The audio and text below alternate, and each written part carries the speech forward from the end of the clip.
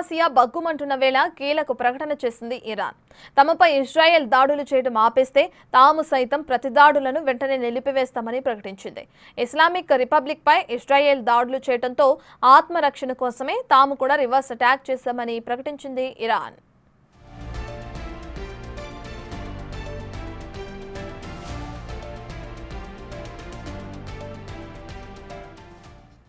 శనివారం ఒక్కరోజే వందలాదిగా మిసైళ్లు ఇజ్రాయెల్ నుంచి దూసుకువచ్చి ఇరాన్లో కని విని ఎరుగని విధ్వంసం సృష్టించాయి. సుమారు 80 మందికి పైగా ఈ దాడుల్లో చనిపోయారు. అంతేకాదు ప్రపంచంలోనే పెద్దదైన గ్యాస్ కేంద్రం ది సౌత్ పార్స్ పై బాంబుల వర్షం కురిపించి నేలమట్టం చేశాయి నెతన్యాహు సైన్యాలు.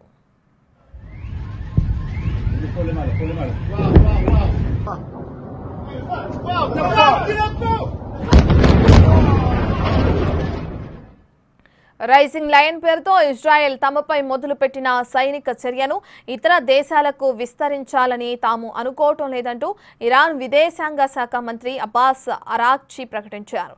కానీ ఇజ్రాయెల్ మాత్రం మరిన్ని దేశాలకు యుద్ధాన్ని విస్తరించాలన్న లక్ష్యంతోనే దాడులు చేస్తుందని విమర్శించారు అబ్బాస్.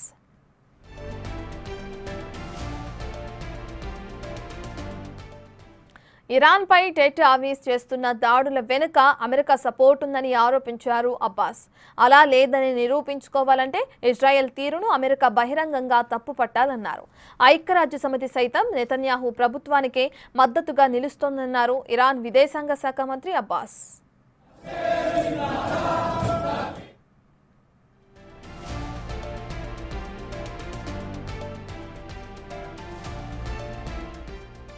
అయితే అంతకుముందు ఈ దాడులు ఇక్కడితో ఆగవని ఇజ్రాయెల్ అధికారికంగానే ప్రకటించింది. ఇరాన్ మరోసారి తమపై దాడులు చేయాలని ఆలోచన చేస్తే తీవ్ర నష్టాన్ని చవిచూడాల్సి ఉంటుందని ప్రకటించింది.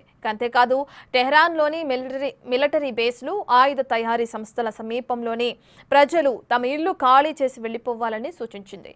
ఆ ప్రాంత ప్రజల మంచి కోసమే తాము ఆ ప్రకటన చేశామని కూడా చెప్పుకొచ్చింది ఇజ్రాయెల్.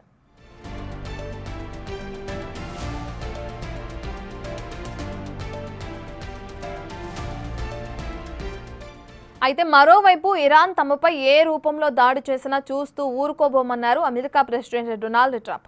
తన హెచ్చరికలను పట్టించుకోకుండా ఇరాన్ అటాక్స్ చేస్తే యుఎస్ బలగాలతో టెహ్రాన్ను కోలుకోలేని విధంగా దెబ్బ కొడతామన్నారు. తన సొంత సోషల్ మీడియా ట్రూత్లో ఈ మేరకు రాసుకొచ్చారు ప్రెసిడెంట్ ట్రంప్.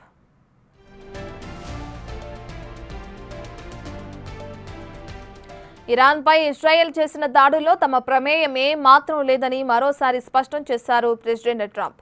ఇప్పటికైనా ఇరు దేశాల మధ్య ఉద్రిక్తతలను తగ్గించడం తనకు చాలా ఈజీ అని చెప్పుకొచ్చారు ఆయన.